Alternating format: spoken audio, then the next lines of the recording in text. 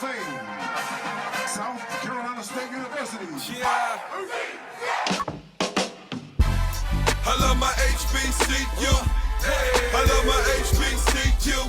I love my HBCU. SC, SU, SC, SU. I love my HBCU. I love my HBCU. I love my HBCU. SC, SU, SC, SU. Yeah, and I woke up like this, proud to be a part of something outstanding. Them land grants from state to Claflin, educating black since 1896. I'm representing the Gardner and Blue, and no they can't shut us down because we way too historical. Legendary homecoming, you probably coming too. Your mom dukes, your daddy, your grandma too. We tailgating, the state is still hating, refuse to give us money, don't worry though, we'll raise it. It's in our creed, responsibility for intellectual growth, academic integrity. That bulldog pride, those bulldogs live. You can never put us bulldogs down, we stand up. My mission, my purpose, my goal, my statement is to make sure nobody asks where South Carolina State went. Because I love my HBCU. I love my HBCU. I love my HBCU. SC, SU, SC, SU. I love my HBCU. I love my HBCU. I love my HBCU. SC, SU, SC, SU. Yeah, one time for education, two times for dedication. From Howard to BCU, Spelman got them fine women, that's the sojourner truth. I am so turning you. Shout out to them Greeks, they strolling that Benedict, they stomping that Voorhees. I'm proud of my school, shout out to the home team. We are open for success, we are destined to succeed. I am reppin' SC. Watch how we rejuvenate, them Q's about to set it out. Look out for that Alpha train, live from the plaza. It's the Marching 101, schooling bands across the land with that Carolina funk. I'm glad I went to college, I ain't even gonna front. Shout out Morehouse, shout out Morris Brown, turn it up. I got that school spirit, I don't know about you, but I love my HBCU, SC, SU. I love my HBCU, Delaware State. I love my HBCU, Johnson C. I love my HBCU, SC, SU, SC, SU. I love my HBCU, Lincoln. I love my HBCU. I love my HBCU, SC, SU, SC, SU.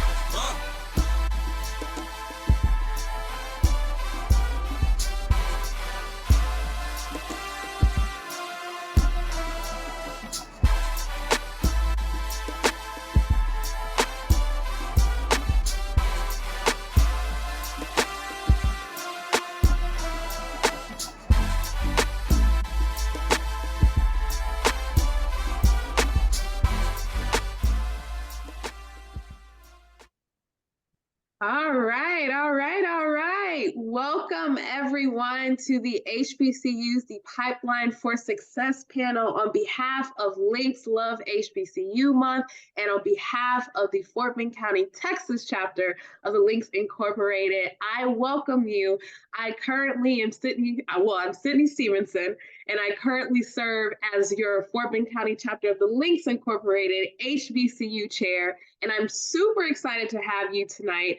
Apparently 88 people have registered tonight. And so whether you are a HBCU graduate, whether you're convincing your child to go to an HBCU, whether you're on the fence of going to an HBCU yourself, we welcome you tonight. And we're excited to have you amongst these lovely panelists who themselves are a pipeline for success and have fostered some excellent opportunities after joining and completing their HBCU. So with that being said, I will pass it over to our president of the Fort Bend County chapter of the Links Incorporated, Sonia Stevenson, for greetings. Good evening, everyone. As has been mentioned, I am Sonia Stevenson, president of the Fort Bend County chapter of the Links Incorporated, and it is my esteemed pleasure to have you join us this evening for this historic virtual HBCU Summit. As an HBCU grad, along with my family members, my two children and my husband, I can tell you that HBCUs indeed make a difference in the lives of its attendees. It instills a confidence like none other. There's lots of mentoring, love, networks, but again, the success is proven. And so on tonight, we are thrilled because assembled in our midst We have several successful HBCU graduates, including the youngest judge in the state of Texas. We've got medical students. We've got corporate executives. We have them across the board, several professionals that can testify of the great things that an HBCU produces. And so, again, we are thrilled on behalf of the 48 members of the Fort Bend County chapter of the Links Incorporated. Our entire national organization pushes HBCUs. We are in the midst of a major campaign to raise money to encourage students and parents to endorse and back our historically Black colleges and universities. So again, thank you for carving out time out of your busy schedules to be with us on this evening. And we hope that you will walk away empowered and that you will become an advocate and encourage your children, your neighbors, your community to be a part of the HBCU scene. Thanks again for being here. Thank you for those awesome words, Madam President Sonia. So now to the main event. The reason why we are here is because I have lovely panelists from all across the nation joining in tonight across several time zones. They have allocated time just to be here to speak to you all about their HBCU experience, their career success, and their trajectory. And so I'm honored to know each of these panelists personally, and I'm super excited that they are here. Unfortunately, Donald Dunbar could not be with us tonight, but at the 11th hour, we have Mr. Nathaniel Hall, who is an excellent leader and former SGA president at Prairie View A&M University. And so we thank him for being here today and joining us. So now I will hand it off to our lovely panelists to introduce themselves. And so first, I will start off with Jessica O'Donnell. Hi, everyone. My name is Jessica O'Donnell. I graduated from Howard University in 2019. I currently work at Apple, and I'm so excited to talk to you all tonight and learn about other HBCUs in the process. Thank you for that, Jessica. Falake. Hi, everybody. I'm Falake Japhas. I work at Microsoft as an operations program manager, and I graduated from the Prairie View A&M University in 2014. And just looking forward just to learning more about everybody's backgrounds and experiences and just highlighting more on the HBCU experience. I love it. I love it. Judge Catherine Thomas. Good evening, everyone. My name is Catherine Thomas, and I am the presiding judge of the 184th Criminal District Court here in Harris County, and I'm a proud graduate of 2 HBCUs. I went to Spelman College and received my undergraduate degree, and I'm a proud graduate of Howard University School of Law. I'm excited to be here, and even more excited because homecoming is this weekend. So shout out to the HBCUs. Thanks for having me. I love it. I love it. Mr. Willie. Hello, everyone. My name is Willie Williams, and I'm a proud graduate of the Texas Southern University, where there's excellence in achievement. I am currently my role, I'm a content developer at Microsoft in the Azure compute space, as well as I have the lovely pleasure of serving as the vice chair for our Blacks in Microsoft Houston chapter. Awesome. Thanks, Willie. Mr. Nathaniel Hall. Good evening, everybody. My name is Nathaniel Hall. I am a recent May 2023 graduate of Prairie View A&M University. And I am also, as Sydney mentioned, a former SGA president. So I'm definitely excited to be here and share with you all tonight. Awesome. Awesome. Thank you for that, Nathaniel. And of course, I had to save the best for last, Xavier University of Louisiana, my awesome friends and graduates of that school. First, Miss Kelsey Green. Good evening, everyone. My name is Kelsey Green, and I'm a 2019 graduate from Xavier University of Louisiana, where I served as a 2018-2019 Miss Xavier University of Louisiana. I'm also a 2021 graduate from Meharry Medical College, and I'm currently a third-year medical student at Howard University College of Medicine. And I'm so excited to meet you all, learn more about HBCUs, and just give you all some gems about the beauty of attending an HBCU. Awesome. And last but not least, Mr. Anthony Freeman. Good evening, everyone. My name is Anthony Freeman. I am a proud graduate of the illustrious Xavier University of Louisiana. where beating the odds against success is a routine occurrence. Yes, it is. Where I proudly served as the 2018-2019 SGA president. I am also a graduate of Meharry at the class of 2020, and now I am back at Meharry as a third-year medical student in the School of Medicine. And I am proud to be here. Hopefully, I encourage all of you to either attend a HBCU, continue representing HBCUs out there, and really just making us know. Awesome. Thanks for that, Anthony. And so there's so much success of these panelists in this space, as Madam President put in the chat. So we have Falake and Willie, who completely transformed their careers from former education and engineering backgrounds to technology. We have Ms. Kelsey Green, who completed a fellowship at the Mayo Clinic. We have Judge Catherine Thomas, who made history as the youngest district court judge in Texas. We have Jessica O'Donnell, who works for growth marketing at Apple and has done major work behind Rihanna's halftime Super Bowl show. And lastly, we have Nathaniel Hall, who is a member of Omega Psi Phi fraternity. So just complete excellence across the board with these panelists. And so they didn't know I was going to do that. But and lastly, I totally forgot, Mr. Anthony Freeman, who is also a second lieutenant in the Air Force. And so awesome to have all these panelists here today. And so they're super successful. So let's get right in. Let's get into it. So the first question I want to ask is for Willie, Nathaniel, and Kelsey. So if you can describe your HBCU, so TSU, Xavier, Prairie View, in one word, what would it be and why? And I'll start off with Mr. Willie first. I would say for me, if I can describe it in one word, because HBCU grads, we always use illustrious, but we were told that that is not a word tonight. Not tonight. I'll say community, and the reason why I say community is that being in my HBCU really helped me to gain a sense of community, not just from the people that I was classmates with, right? But having professors that are also a part of that community and having a community that really just surrounds you. Because a lot of times when you go off to college, it's scary, and it's scary. You're away from mama, you're away from daddy, and you're away from the unknown. But when you build a community of people that are behind you and they're pushing you and they're supporting you, that just helps you to get through the undergrad year. So if I could say one word, I'd say community. Awesome. Kelsey. So if I could think of one word, it would be humbling. So when you enter a space of an HBCU, you're surrounded by so many brilliant, beautiful, smart, amazing women and men. And I feel like it's humbling because you're around greatness. And I feel like it motivates you to be even better. So it's a constant elevation of yourself from freshman year to senior year. So I think all the way from freshman to senior, you have faculty, staff, everyone's going to continue to humble you and make sure you're the best person that you can be by the time you walk across that stage. I love that. Mr. Nathaniel.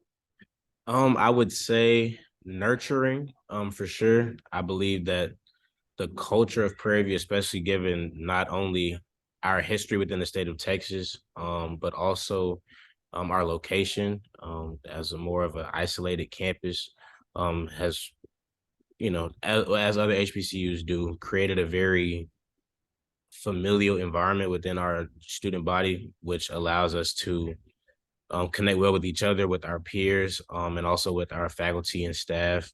And I think that it bodes well through the different opportunities that our students see and succeed in over time. Awesome.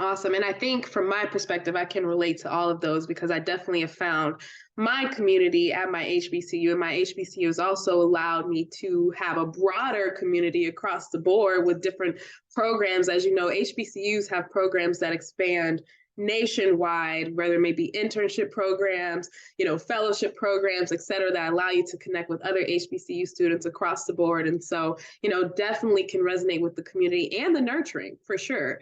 I definitely feel like for me, my story is just that, an HBCU wasn't necessarily my first choice. Actually, an HBCU Xavier was actually my second choice. And so, me having that extra step and going to Xavier and being nurtured in that environment really allowed me to grow today. And so I really want to jump to our next question, and I want to talk to Jess really quickly. Is that Jessica? You and I know that you were one of 2 students in your high school to get into USC, University of Southern California, which is a prestigious honor, but you chose Howard.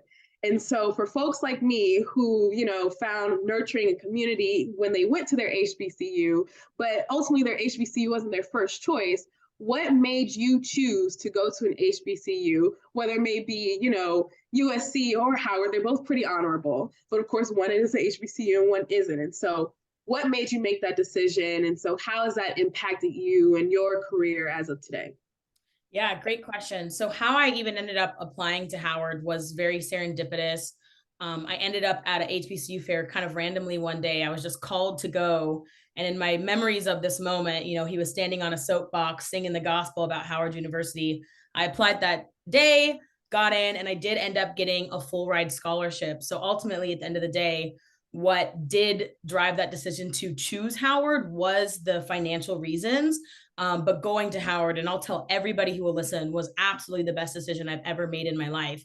It has completely changed the trajectory of how I know myself as a person, having an Afrocentric education, learning about things that I wouldn't have been taught at other universities, as well as the programs that are built at HBCUs, which I know you have a question on that later, so I won't get into that too deeply now.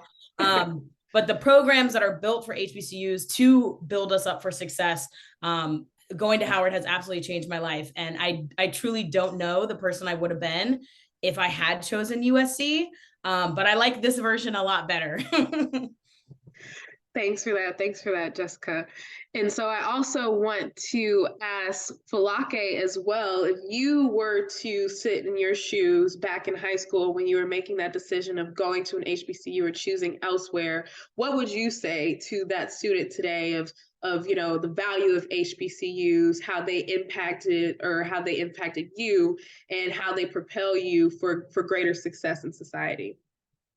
So one thing that I will let my former self know back then is really going back to that sense of community, and also, being able to feel like you belong, having that sense of belongment amongst everybody there, as well. Formerly, initially, like my path is, I actually got both experiences. I did PWI and then I transferred to an HBCU.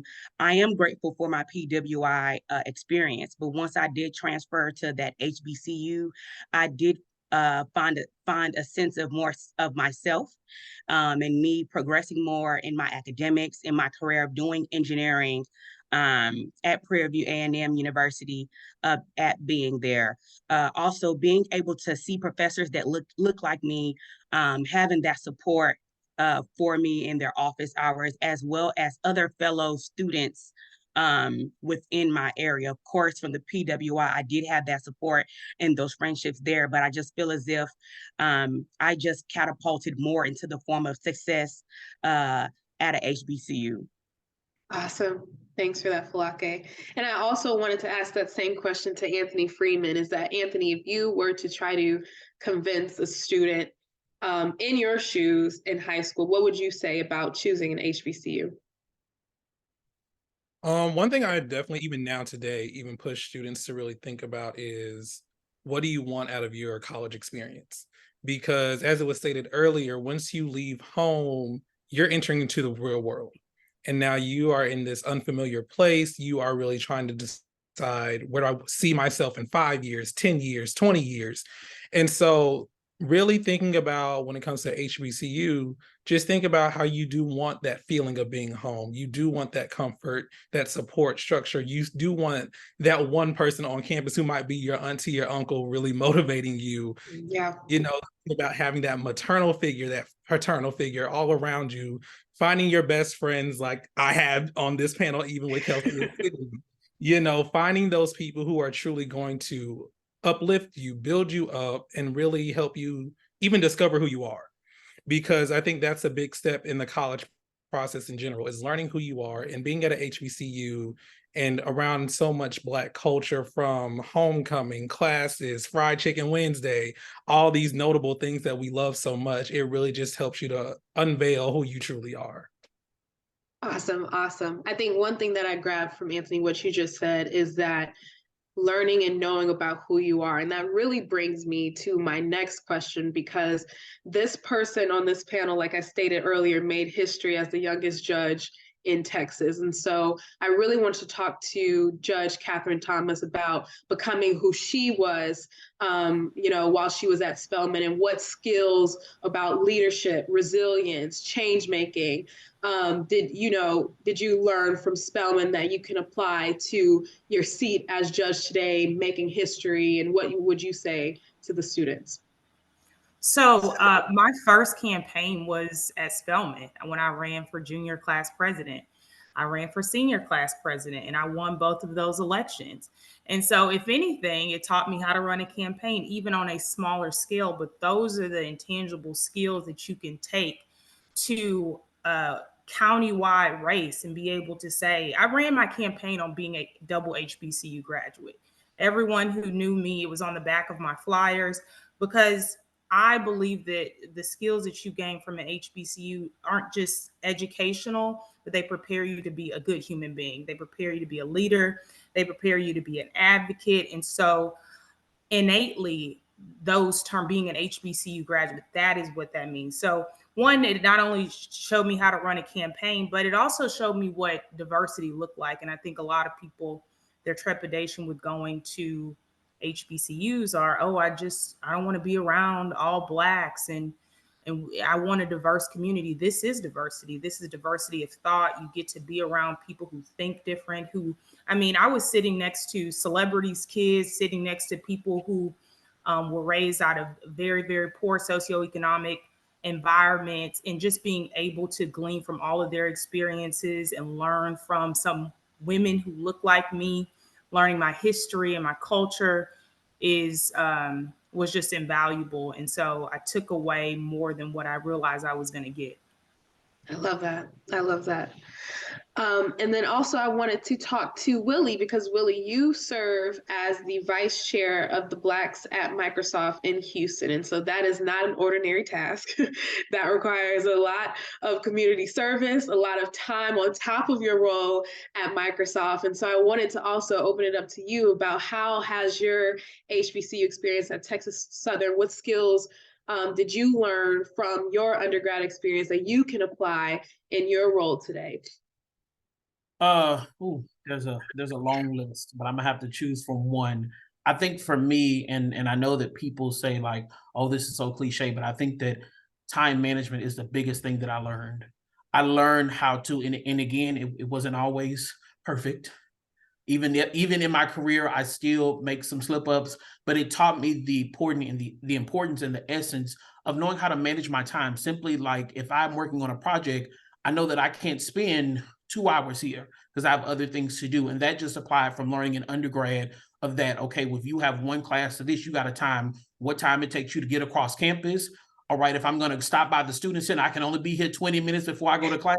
Like those are things that you learn in undergrad and you don't realize until you get in your role. You're like, I'm juggling like 30 things at one time. How am I doing it? It's because you learned it at your HBCU. You learn how to manage your time, and you learn how to essentially, like what people say, be in 20 places at one time, but still be successful and still be productive. Right. No, I definitely feel you on being in the 20 places at one time and the time management, because I barely feel like I can manage my time itself, but I'm learning every single day.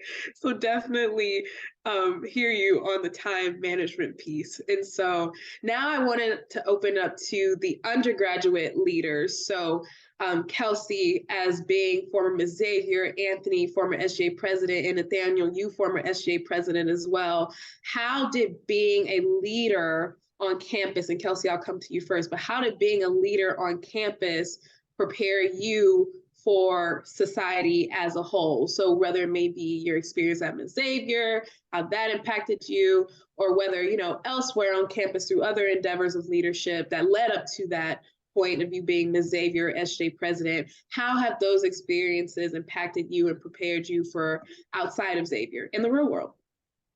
Yeah, so I think, so being Miss Xavier, you're one of the primary ambassadors for your campus. So you're advocating a lot for students and just for the betterment of your campus. And I think that's translated so perfectly and so eloquently over to medicine and being in the hospital and advocating for my patients and making sure that they're getting the best care that they need. So I think like I didn't realize it at the time, like being the savior, but you have so many people like looking up to you in a sense. You're going out to New Orleans, like communities and high schools and middle schools, and people are really looking up to you, you know? And I think it translates very well over into medicine because you're now responsible for patients and you want to take care of your patients and make sure they're in the best condition possible. So I love that. Anthony? So for me, as stated, I served as the SGA president at Xavier, actually alongside of Kelsey, as Miss Xavier. And so in my role, I think what helped me, I had two things going at the same time. So I had SGA and I also had the ROTC component. And so a lot of that just ended up blending at that time, just of having to be assertive, having to advocate, having to stand up, having to take charge and be at the forefront of a lot of tough conversations that we had at Xavier. And even now, also being going into the field of medicine, one, as Kelsey stated, really having to advocate for patients, but also having to step up and really make decisions when it comes to patient care. So from I'm going with this medicine, I think we need to do this operation. We need to do whatever it is that we think is going to be in the best interest of the patient.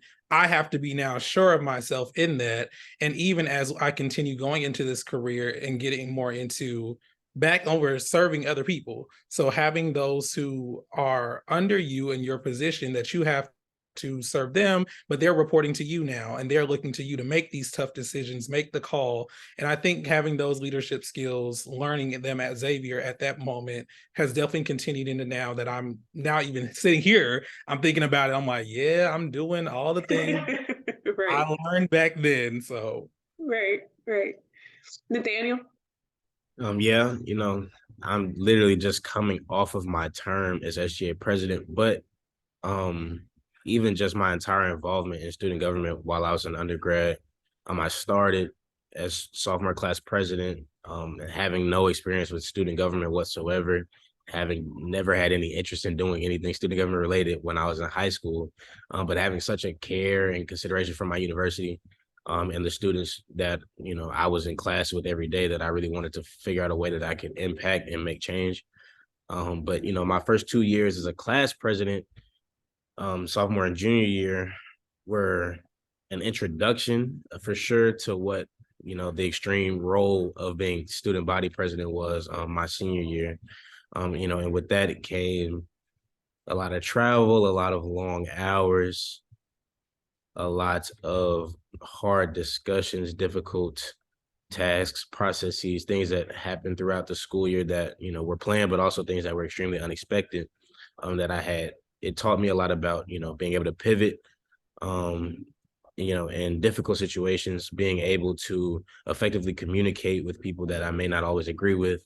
And definitely, a lot about organizational operations, hiring over 70 members of an organization and being able to allocate them or, place them in places where it made sense for them to serve and lead other people, whatever the case was. It taught me a lot, especially with my being a business major. It was one of the best ways that I was able to really apply myself to my major and be able to correlate it not more so as a government, but as a business in the way that we were able to conduct business throughout the campus. But I think as a whole, it was a successful time period.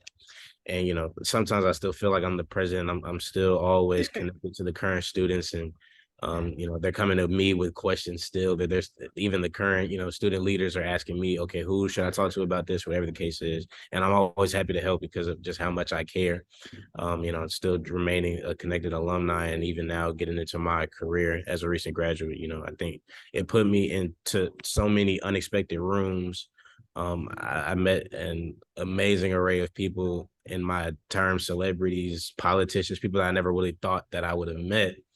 Never even thought that I would be in the same conversations with, simply because of me being able to act professionally and carry myself well in those environments and spaces, which I think those roles really teach you.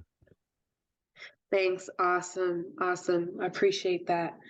And so I think I think everyone, I can say for everyone on this panel, that we'll always be connected to our HBCU in somehow, some way, whether it may be mentoring students or, Nathaniel, as you were saying, being the SJ president, people still coming to you for advice. I think we'll always have a way of being connected to our HBCUs. And so I really want to talk about the memories that you all have made at your HBCUs. And so I really wanted to open up to Jess, Catherine, and Willie, Jess being first. So what is one core memory you have from Howard and that still lives with you today in your career? Yeah, so we'll focus on career-wise because obviously there are a lot of very fun memories from college. But so I was not a marketing major. I actually was a journalism major in school. And so going into the marketing space post-grad was a little bit of a little bit of a challenge. There was a little bit of a learning curve there. However, what I do like to relate back with my journalism major is that it's all storytelling, right? At the end of the day. And so my schoolwork related memory is definitely being forced to go out into the street and do man on the street interviews, especially going to school in DC. Politics, I was a poli-sci minor as well. Politics being a huge thing, obviously. During election years, they would hand us a mic, hand us a camera, and say, go talk to people waiting in the voting line. And so having to get outside of your comfort zone, having to talk with people in the community and strangers has absolutely helped me in my career with, being a great public speaker and talking to all kinds of different people and being able to have engaging conversations with people from all walks of life. Awesome. I love that. Willie. I'll say for me, one core memory that I have is that, and I was sitting here thinking about it, my senior year, I was taking 9 classes. Now, I will say this, don't try this at home. Don't do it. I always tell people don't do it, but I was taking 9 classes. And I was taking 9 classes. I was working in what I thought was my career at the time, as well as I was involved on campus. And I remember walking into one of my professor's offices, and she asked me a simple question. She said, "How are you?" And I felt like just like I let everything go that I was dealing with for the whole semester. And I remember her grabbing me and I remember her telling me, like, listen, I'm gonna let you cry now, but we're gonna have to dust ourselves off and we're gonna have to figure out what's next. And I think that I've applied that mindset, especially like just in career and in life, is that okay, I'm gonna cry now and I'm gonna have my 2 seconds of feeling bad, but then what is next? What's the solution? How do I figure it out? How do I pivot? And that's a big thing that you hear, especially in this day and age, is pivoting. But how do you truly pivot in the midst of a storm? And that was the biggest thing that like she taught me, and I've been able to like have that and stick with me, even in my role at Microsoft and just in managing people and overseeing people, is that all right? I'm going through this storm right now, and it looked like it's a Category 5 hurricane, but how do I pick myself up, dust my boots off, and make it work and find a solution? Right. No, I love that. Just resilience. Judge Kat, what is your core memory that still lives with you today? I have a lot of them, but if I could pinpoint one, it would have to be speaking at commencement. And the reason why it's a core memory, not because it's me speaking at commencement, but I was able to highlight the work of some of my classmates. And what I realized from that experience is that excellence is just the standard when you go to an HBCU. So as I was talking about what everyone was doing and what their post-grad plans were, I mean, my classmates going to dental school, going to medical school, starting at top 100 consulting firms. And so it really just gave me a lot of perspective in terms of what Spelman did for us. And it taught us that excellence is just the standard. So definitely a core memory. Awesome. Have about 2 more questions before we open it up to the audience for Q&A. So audience, feel free to start putting questions in the chat. But I want to go back to Falake. So Falake, when we first met, you told me about really just how you transitioned from engineering to coming into tech, into Microsoft. And so now you're an operations manager at Microsoft. And so I've been close hand watching you do the thing, girl, with that. And so I really want you to talk to, the audience about how HBCUs prepare you for transitions. And so whether that may be you come to your last year, semester, senior year, realizing that this is not for you and you want to do something else, or you decide that freshman year after you fail a couple of classes and you switch your major. But, I want you to talk about how, your HBCU or even just you yourself thought through transitions and preparing yourself for that next step in life, whether that next role, next journey, all that. Thank you. Honestly, when it comes to career pivoting, that's been my career journey. I started off actually as biomedical engineering. Ended up going to college. I went to a biomedical symposium. So if you're in high school, just make sure you take advantage of any career opportunities to shadow in the summertime, any internships, any summer programs, because that will give you exposure into things that you do like. So I highly do recommend that. That's something that I did. That's how I learned about biomedical sciences and started off doing biomedical engineering. Then once I got to college, I learned that biomedical engineering wasn't for me, and I ended up switching into chemical engineering all up on that front. But being within engineering, one thing that I did learn as a key skill is teamwork and collaboration. That is a vital and pivotal skill that you need throughout your career. As I've transitioned, all of my career paths have included project work of me working with people. Once I graduated from school, I started off doing drilling. So being an African-American young lady, minority in the oil and gas industry, you were, the only person uniquely on your own compared coming out of that HBCU. But in school, I've learned to work across various diverse backgrounds, no matter what the ethnicity is, no matter being the only woman standing upon that. After that, I got laid off and I pivoted into consulting.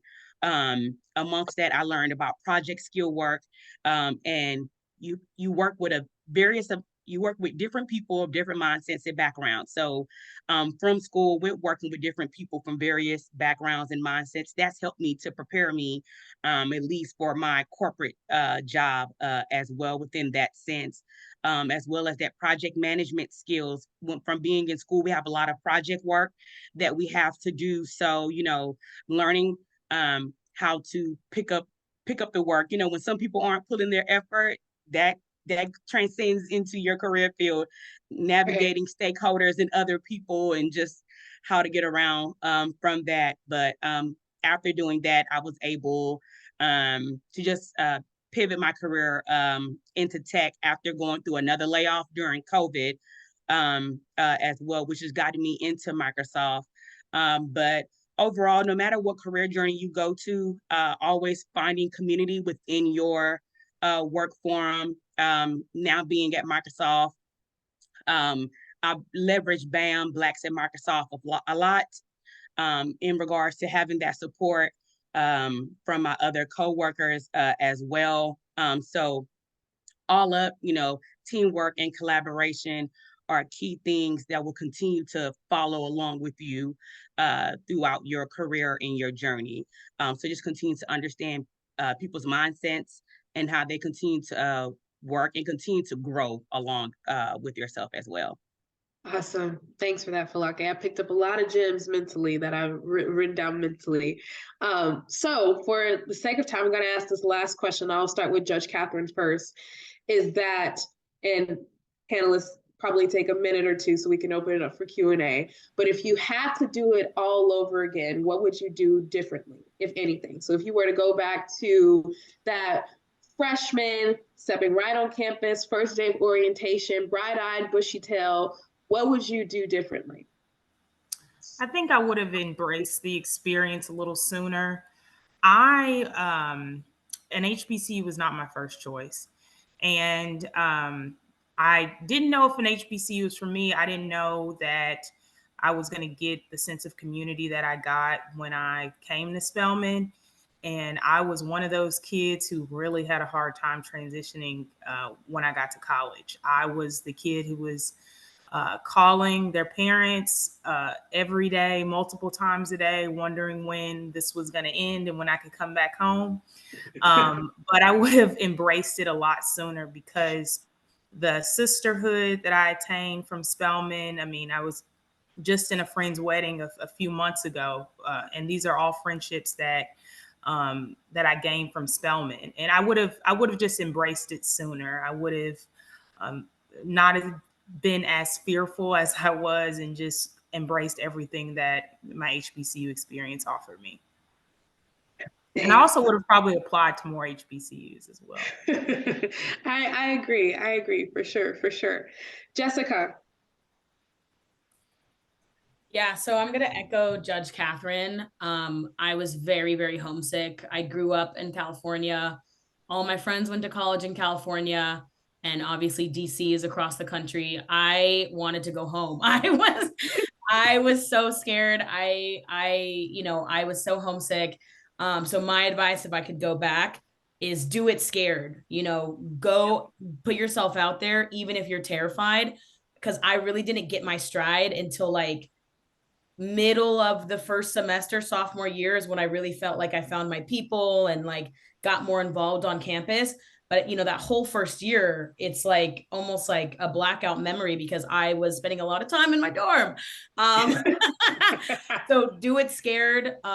College is scary for everybody. You might feel homesick. You might feel like you're out of place. But put yourself out there. Go to that club, go to that meeting, check out that organization, make new friends, talk to people in your class, even if you're terrified, because getting yourself out of your comfort zone is how you grow and how you make yourself more successful, not just in your career, but in your personal life as well. No, I love that, especially getting out of your comfort zone. I definitely was scared to get out of my comfort zone. And so luckily I had an older sister who pushed me to meet new people, specifically Kelsey Green. So I'll have her answer next. And so because of my sister and her pushing me to get out my comfort zone, I met my best friend, Kelsey Green. So Kelsey, if you had to go and do it all differently, what would you have done? With me by your side, of course. That's actually a very good question. I think maybe I would take more advantage of like the opportunities that Xavier offered. So I did do a summer program at Howard, actually, after my freshman year of college. I knew I wanted to do medicine at the time. And I went to a summer program at Howard. And then that's actually how I ended up getting like a scholarship to medical school. So it's just so many opportunities that Xavier and HBCUs in general offer: summer programs, scholarships. Another thing would be international travel. I wish I could have been able to take maybe like a semester or like during winter break and do some international travel. Maybe learn like some medical Spanish. I thought that would be super dope to do. But just taking all the resources that they give you, because there's a plethora of them, taking them and running with them, because that's going to set you up for success in the future. So, yeah. Willie. I'll say for me, I kind of live life with a no kind of like no regrets type situation. And it's only because I believe that everything that has happened in my life and everything that I've done and all the places that I've been have led me to where I am today. But if I had to go back and looking back, I'll say is that don't be afraid to really advocate for yourself. Love that. Like, and advocating looks different sometimes to people, but I'll say for me, the one form of advocating that I had to do was that on my campus, we kind of had like a studio, and they were like, oh, well, we can't use it because of X, Y, and Z. And I remember like bombarding a faculty meeting. And when I say bombarding, I'm using the word, but I really just pulled up a seat to the table and was like, hey, we need to have a conversation. And it's having that type of mindset in choosing to advocate, not just for yourself, but the people that are surrounding you and your colleagues of sort in college, right, and your classmates. That really gave me a sense of like, sometimes I'm just going to have to pull a seat up to the table, invited or not. And when I get there, we're going to have a conversation. We're going to figure out how can we get to a middle ground. So kind of having that attitude and going into college now be careful where you do it. I ain't saying but you know there are some spaces where you can walk in, right, and you can just say, hey, I have concerns, and let's let's bring them to the table. Right. No, I love that. I love that. Anthony. So for me, I think one of the biggest things, even to this day, I'm still practicing is asking for help because We know. listen, because definitely during my time at Xavier, and Cindy and Kelsey know this, I was every which way, leadership role, meeting, event, go here, class, all these things. And while thinking I was managing, doing things well, getting things done, which I was. However, I still think I should have asked for help a lot sooner and a lot more, because people are definitely willing to extend their hand for you if you just ask and let them know, what do you need? So whether it's, I just need you to take over this meeting for me while I run and handle that, or truly, I need a break. Like, help me. How do I really manage all these things I have going on? Also, how do I get to where I'm trying to? So I have these things already, you know, I know in my mind what my end result, what I want it to be and look like. I just don't know, how do I get there? And so asking for help, I think, is a big thing, especially like how it's been said throughout this call. HBCUs are filled with resources. HBCUs are filled with people who want to help you, want to push you up and get you to where you're going. So opening up, asking for help is one thing I definitely would have did more. Awesome. Awesome. I love that. I love that. And I wish you would ask me for more help too, because I wanted to help you a lot of times. But I have to watch you do it. It's fine. It's fine. And then Falake and Nathaniel, I'll open it up to you all for last minute thoughts on, you know, if you were to go back and do it all differently, what would you have done? So Nathaniel, I'll let you go, and then Falake, you close us out. Honestly, it's not much that I would do differently. I feel like I love that.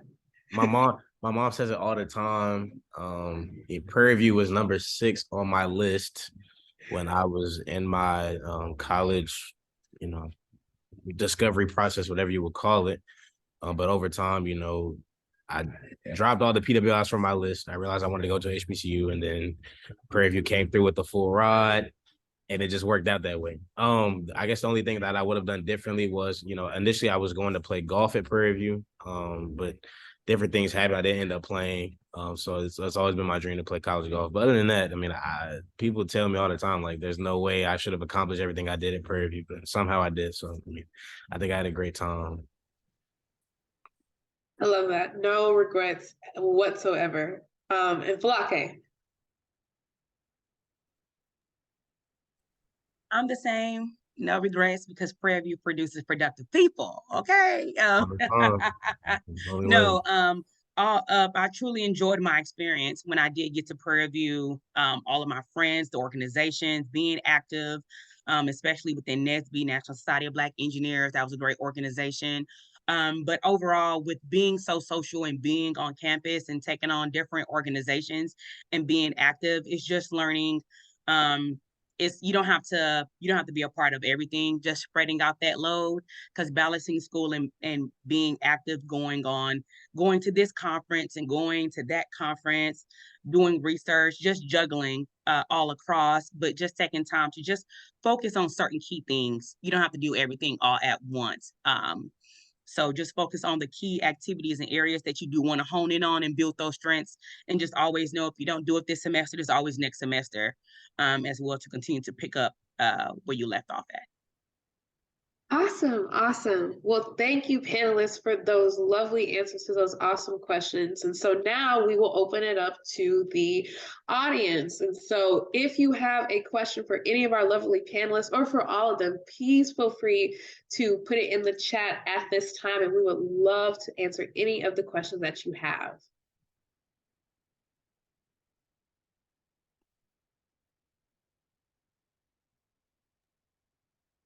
We have a question that I'd like to share for the panel. It says, first and foremost, thank you for the insightful conversation, and shout out to Jessica for representing Howard so well, H class of 2011. It says her question this is from Shelly Adams. My question is regarding admissions. HBCUs have become increasingly competitive. So what advice would you give a prospective student looking to apply to their dream HBCU? What can they do to stand out? I'll take that. One key way for you to stand out is while you're in high school, there's a lot of different organizations that you can be a part of. Showing that you are active, that can definitely set you apart.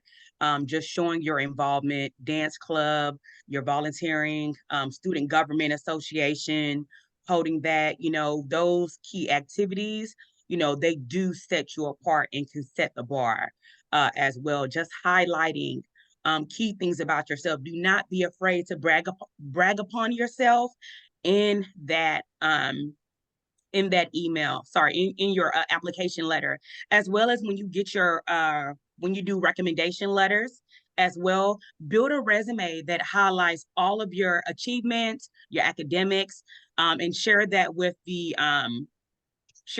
whoever's going to do your recommendation letter so that they can brag about you more as well. I recently wrote a letter of recommendation for a high school student. And she formulated her resume, and I was just able to brag upon her as my mentee, highlighting key things. So that's just my 2 cents. I think I'll take the other side of that. Shelly, thank you for your question.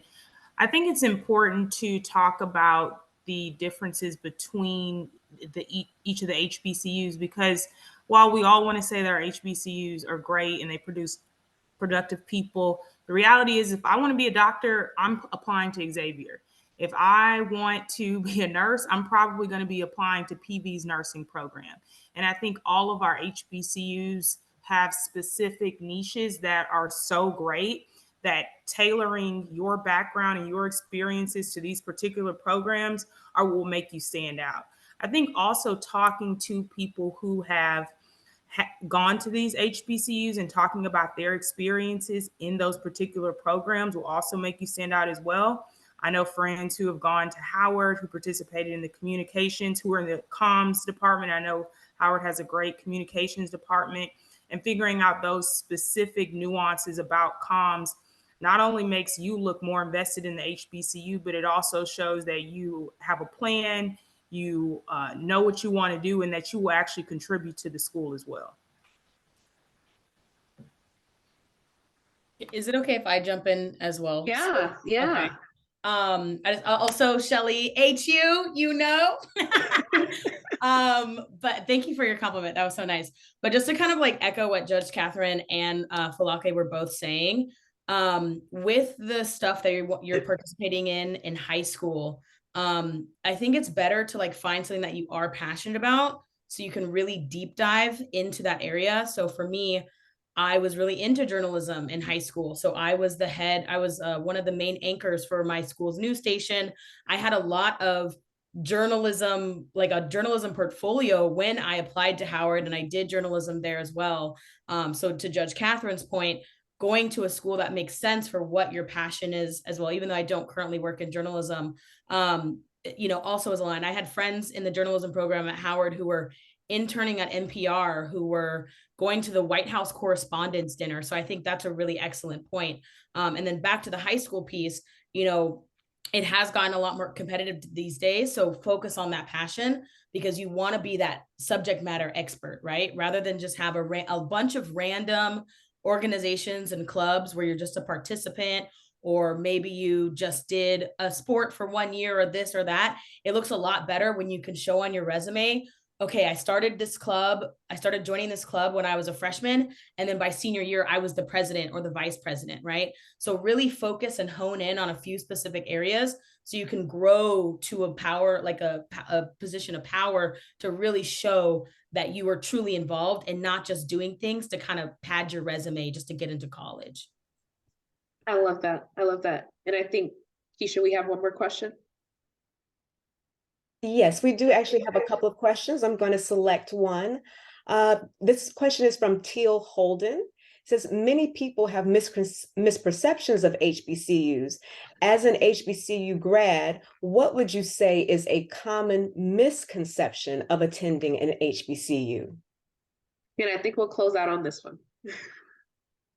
I can hop in. I think that most of the times people think that HBCUs are party schools and all we do is party and don't get the work done. But I have to tell you that it's really in my experience, it was kind of the polar opposite. Like I was looking at people who were doing great things and being in positions and working their careers while they were in undergrad, but they still had of course, you're still going to have after five lifestyle, right? In terms of attending hump days and things like that. But for the most part, that was my thought going into, because again, I wasn't supposed to go to TSU. That was kind of like my second choice. As many people on here have echoed, a PWI was my first choice. So I had that same mindset that, oh, this is just a party school. All we're going to do is party. And when I got there, it was a total opposite. I was looking at people who had really had ambitions and had plans for their life. And they were really like, okay, I'm walking a pathway to get here and I got this amount of time to get there. So I'll say that that misconception is one thing that people have about HBCUs is that it's partying. I think if I can just echo and answer the question as well, I think there's also a misconception that HBCUs are second best and that we don't do things in excellence, or that you're going to have some sort of subpar experience because you are being educated by people who look like you. And it's actually the polar opposite. And it's unfortunate that that misconception still exists. I think post 2020 now that HBCUs are cool. I think the misconception is gone now. But I think for me, I even thought that this is like, I'll put it as number 2 or 3 and not number 1. And there's this stigma that going to a PWI should be our first choice because these are the better schools.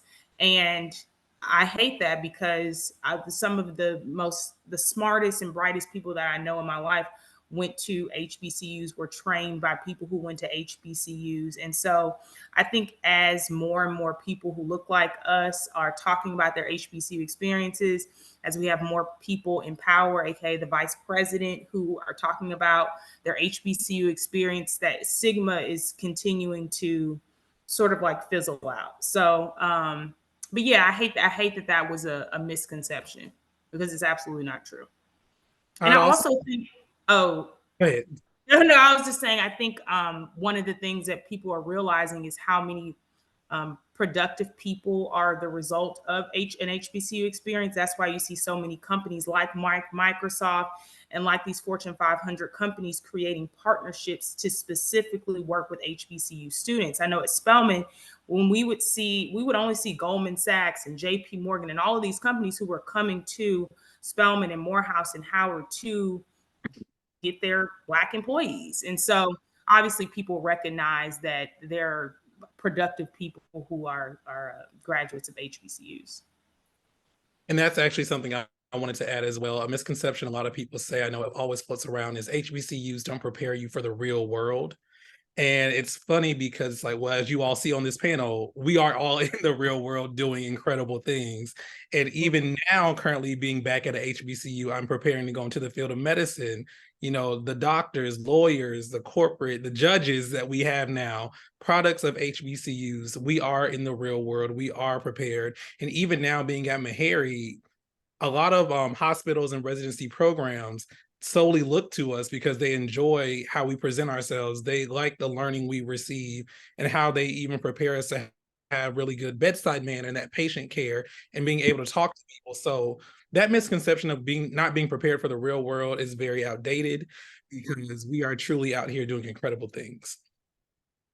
And indeed, you guys are. Indeed, you are. I think Sydney was able to hop back in. I know her computer kind of kicked her out. So, moderator Sydney, I'll allow you to have our closing remarks, and then I'll hop on after you. Yes, thank you, everyone. Having technical difficulties over here, but HBCUs taught you to be resilient. So I am back. But thank you all for joining today. If you enjoyed this event, feel free to scan the QR code on the screen and share your feedback with us. This is one of many HBCU programs that we are interested in as far as the Fort Bend County chapter of the Links Incorporated. So feel free to provide your feedback if you want to see more. And so I will toss it back to you, Madam President, for final remarks and thanks. Again, thank you so very much for being a part of this historic panel in the life of the Fort Bend County chapter of the Links Incorporated. We want to say a very special thank you to our moderator, Sydney Stevenson, and our very own chapter member, Catherine Thomas, but just thanks to all of our phenomenal panelists. We recognize that your schedules are very busy. That's obvious from all the testimonies that you've shared on this evening, but you thought it important enough to be able to come into the virtual space and to share. That's another thing HBCUs has taught all of us. Each one, reach one, and to reach back and give back and to help encourage another student along the way. And so again, we are extremely grateful. And I want to also share with our virtual audience this evening, as members of the Fort Bend County chapter of the Links, we, again, like our national organization, we love HBCUs, as well as we have a phenomenal scholarship program. And so we encourage you, if you are a high school senior, towards the springtime, we encourage you to stay tuned to our website and apply for our scholarships. We have many of our recipients who did attend HBCUs, Prairie View, Howard, you name it, Xavier, they have attended those schools. And so we want to encourage you to do that. But on behalf of all of the members of the Fort Bend County chapter of the Links Incorporated, again, we thank you. I want to also say a very special thank you to our wizard behind the screen, our technology chair, Keisha Daniels. If it wasn't for her helping us to pull this all together, she's done a phenomenal job as well. So we want to also say a very special thank you to her. But again, thank you for joining us, and we want you to stay tuned because there's lots more that our chapter will be offering by way of HBCUs and support. So have a wonderful evening, and remember to check the chat if you'd like to see information on how to follow up. We have your information, and we're so grateful to have you this evening. Have a good night. I love my HBCU. I love my HBCU. I love my HBCU. I love my HBCU. I love my HBCU. Yeah, and I woke up like this. Proud to be a part of something outstanding. Them land grants from state to Claflin, educating black since 1896. I'm representing the Gardner and Blue, and no, they can't shut us down because we way too historical. Legendary homecoming, you probably coming too. Your mom dukes, your daddy, your grandma too. We tailgating, the state is still hating, refuse to give us money. Don't worry though, we'll raise it. It's in our creed, responsibility for intellectual growth, academic integrity. That bulldog pride, those bulldogs live. You can never put us bulldogs down. We stand up. My mission, my purpose, my goal, my statement is to make sure nobody asks where South Carolina State went. Because I love my HBCU. I love my HBCU. I love my HBCU. SCSU. I love my HBCU. I love my HBCU. I love my HBCU. SCSU. Yeah. One time for education, 2 times for dedication. From Howard to BCU, Spelman got them fine women, that's the sojourner truth. I am so turning you. Shout out to them Greeks, they strolling at Benedict, they stomping at Voorhees. I'm proud of my school. Shout out